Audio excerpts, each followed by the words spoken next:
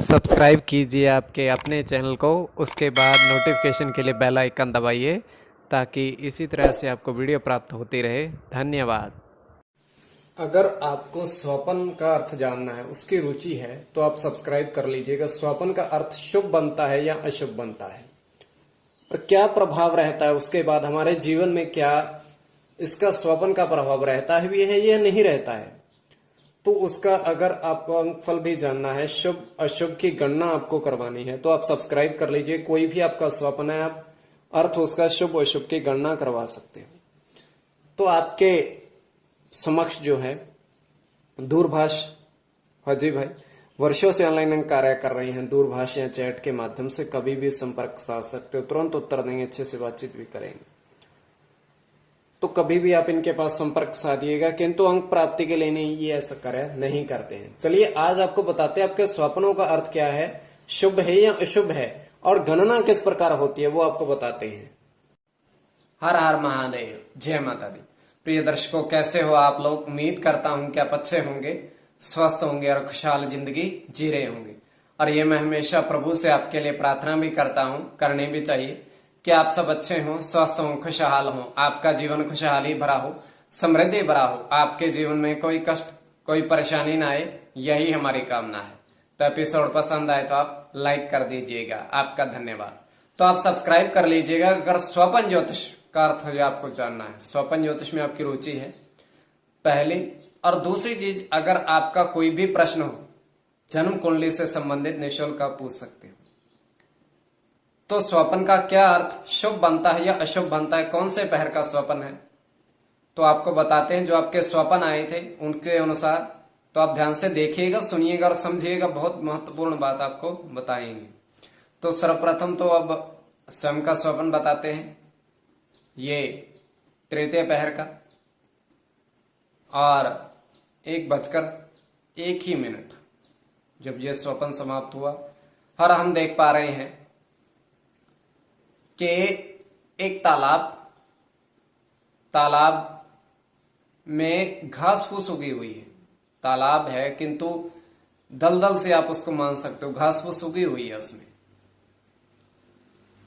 जल है, ध्यान रखिएगा उसमें।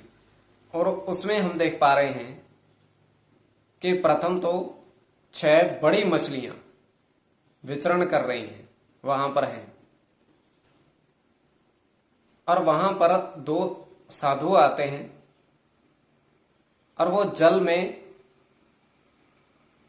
जैसे ही वो प्रवेश करते हैं, थोड़ा सा आगे बढ़ते हैं जल के अंदर, तो जल पूरा निर्मल, पूरा स्वच्छ हो जाता है। और जल के अंदर 2-2 रुपए के सिक्के हमें सारे बिखरे हुए मिलते हैं, मतलब दिखते हैं। तो ये हमारा स्वप्न है। अब आपकी दृष्टि के ऊपर किस दृष्टि से देख रहे हो, स्वप्न कल्पना मात्र। और अब आपको बताते हैं आपके स्वप्नों का अर्थ। चलिए, तो प्रथम स्वप्न आपका है, और स्वप्न में कोई भी आपका स्वप्न है तो उसमें आपकी रुचि है, उसका अर्थ जानने में, शुभ या अशुभ, तो आप सब्सक्राइब कर लीजिएगा।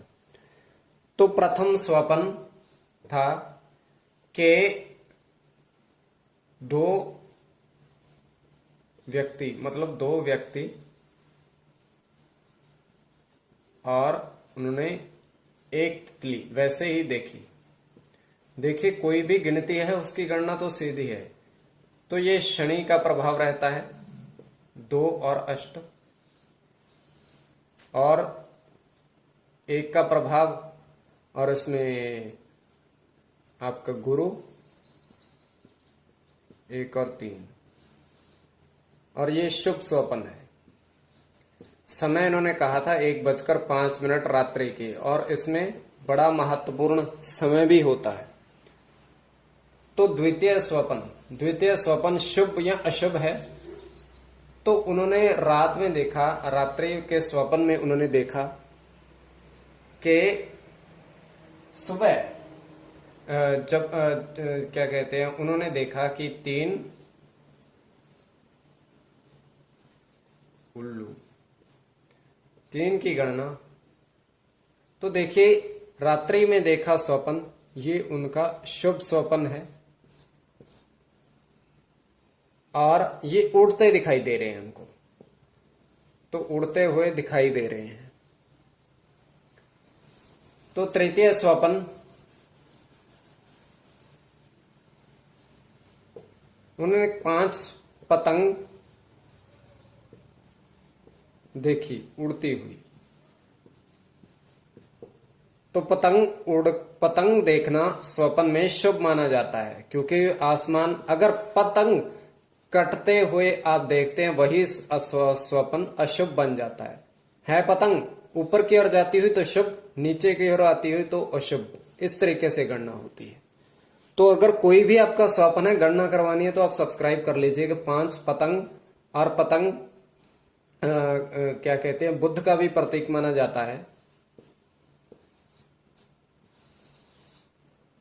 तो बुद्ध इस पर 5 अंक पर अपना प्रभाव रखता है।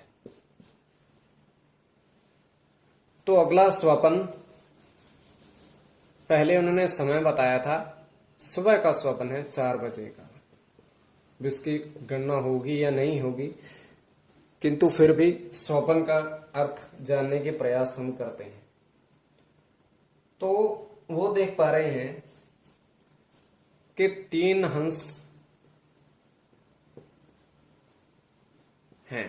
3 हंस, सिर्फ 3 ही हंस देखे, और इसमें बुद्ध की गणना भी होती है और शुक्र की भी गणना होती है।